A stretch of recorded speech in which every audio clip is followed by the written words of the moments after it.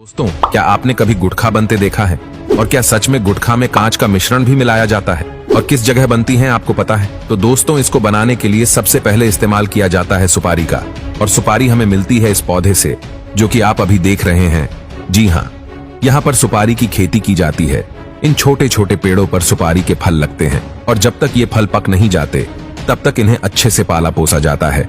जब ये सुपारी का पौधा अच्छे से बड़ा हो जाता है, इसके फल को पौधे से अलग कर लिया जाता है। इसको भी अलग करने का प्रोसेस ठीक वैसा ही होता है। इसको आप पीट कर पेड़ से अलग किया जाता है।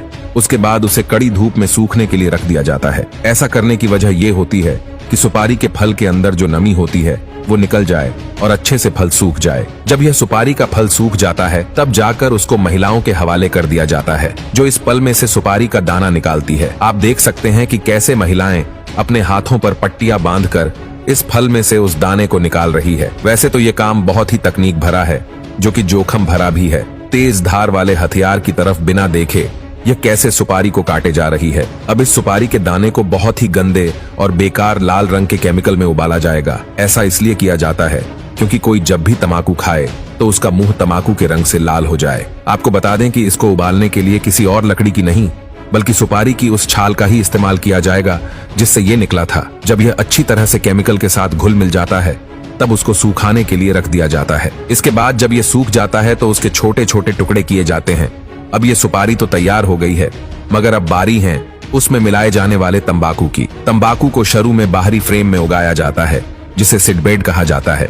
गर्म इलाकों में यह फ्रेम गीली घास या एक कपास की चादर से ढके होते हैं। 8 से 10 सप्ताह के बाद जब तंबाकू के पेड़ लगभग 10 इंच के हो जाते हैं तो इन्हें खेतों में शिफ्ट कर दिया जाता है। जैसे जैसे पौधे बढ़ते हैं उनके ऊपर का भाग काट दिया जाता है ताकि पत्तियां अच्छे से बड़ी हो जाए। इस प्रक्रिया को टोपिंग कहा जाता है। 90 से 120 दिन के बाद तंबाकू के पौधे कटाई के लायक हो जाते हैं। इसके बाद इन पत्तियों को फैक्ट्री में शिफ्ट किया जाता है, जहां पर इन्हें सुखाया जाता है, जिसको करने के लिए कृत्रिम गर्मी यानी कि आर्टिफिशियल हीट का इस्तेमाल किया जाता है। जब यह भूरे रंग की हो जाती है तो इन्हें अलग करके छोटे छोटे टुकड़ों में बांट दिया जाता है, जिससे ये असली तंबाकू के रूप में आ जाती है। और तंबाकू के अंदर कांच डाला जाता है। उसको डालने के लिए कांच की बोतल को मशीन के अंदर डाला जाता है और फिर मशीन उसको इतना बारीक पीस देती है कि ये एक पाउडर बन जाता है। इसको अगर आप अपने हाथ में उठाएंगे तो आपके हाथ को तो ये नहीं काटेगा, मगर हमारे मुंह के अंदर की स्किन थोड़ी सेंसिटिव होती है, इसलिए अगर कोई इसको तंबाकू के साथ चबाता है तो मुंह के अंदर से फट जाता है। और जब तंबाकू उस फटे हुए मुंह को लगता है तो हल्की सी जलन का एहसास होता है और इसके बाद तंबाकू का नशा और तेजी से चढ़ता है।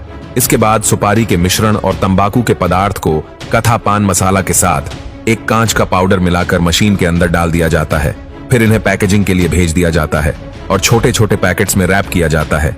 तो दोस्तों, यह था पान मसाला बनाने का पूरा प्रोसेस। आपने देखा, इसमें सारी चीजें वो डाली जाती है जो हमारे शरीर को नुकसान पहुंचाने वाली होती हैं।